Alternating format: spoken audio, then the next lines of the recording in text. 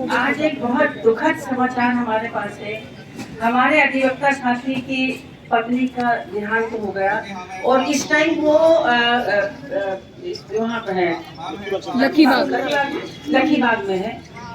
तो हम ये उनको श्रद्धांजलि भी दे रहे हैं और हम सबका एक ये कर्तव्य है, उनके साथ साथ हम उनकी आत्मा के लिए यहाँ पे शांति का कुछ। देखिए, कल वो चले कि सरकार आपके द्वार, तो कल आए थे और जो हमारी मांगे थी हमने सारी मांगे उनके सामने रखी कि हमें और ज़मीन भी दो, हमारे जो एमडीडी से शुल्क है वह माफ़ कराया जाए, हमें और ज़मीन की व्यवस्था की जाए और सरकारी चैम्बर बनाए।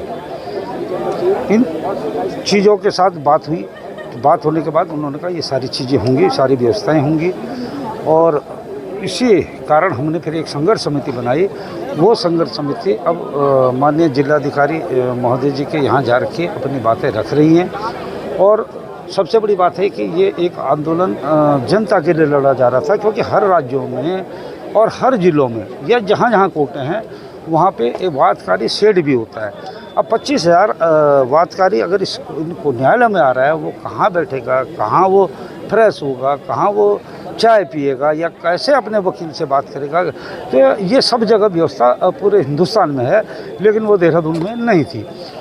हमने इस मुद्दे को भी रखा कि अगर वादकारी ना है तो ये न्यायपालिका वाले भी घर बैठ जाएंगे और अधिवक्ता भी घर बैठ जाएगा। पहले तो हमें इनका सम्मान भी करना चाहिए, फिर स्टाम्प वेंडर भी, टाइपिस्ट भी है, गाड़ियों की पार्किंग भी है। एक बहुत बड़ा दिक्कत आ रही थी, क्योंकि 5,000 से ऊपर तो हमारे अधिवक्ता ही है।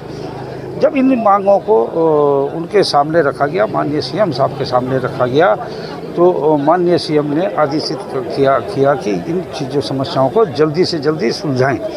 तो जिलाधिकारी महोदय जी भी आगे थे, एसएसपी साहब, ये लोग सारे आगे थे। तो जब ये आए तो ये बातें रखी गई, तो उन्होंने कहा निश्चित तौर पे ये सारी समस्याएं आपकी सुलझा दी जाएंगी। और इसी संदर्भ में आज हमने एक संघर्ष समिति बनाई। संघर्ष समिति इस समय माननीय जिलाधिकारी महोदय के यहाँ जा रखी हैं और वो वार्ता चल रही है।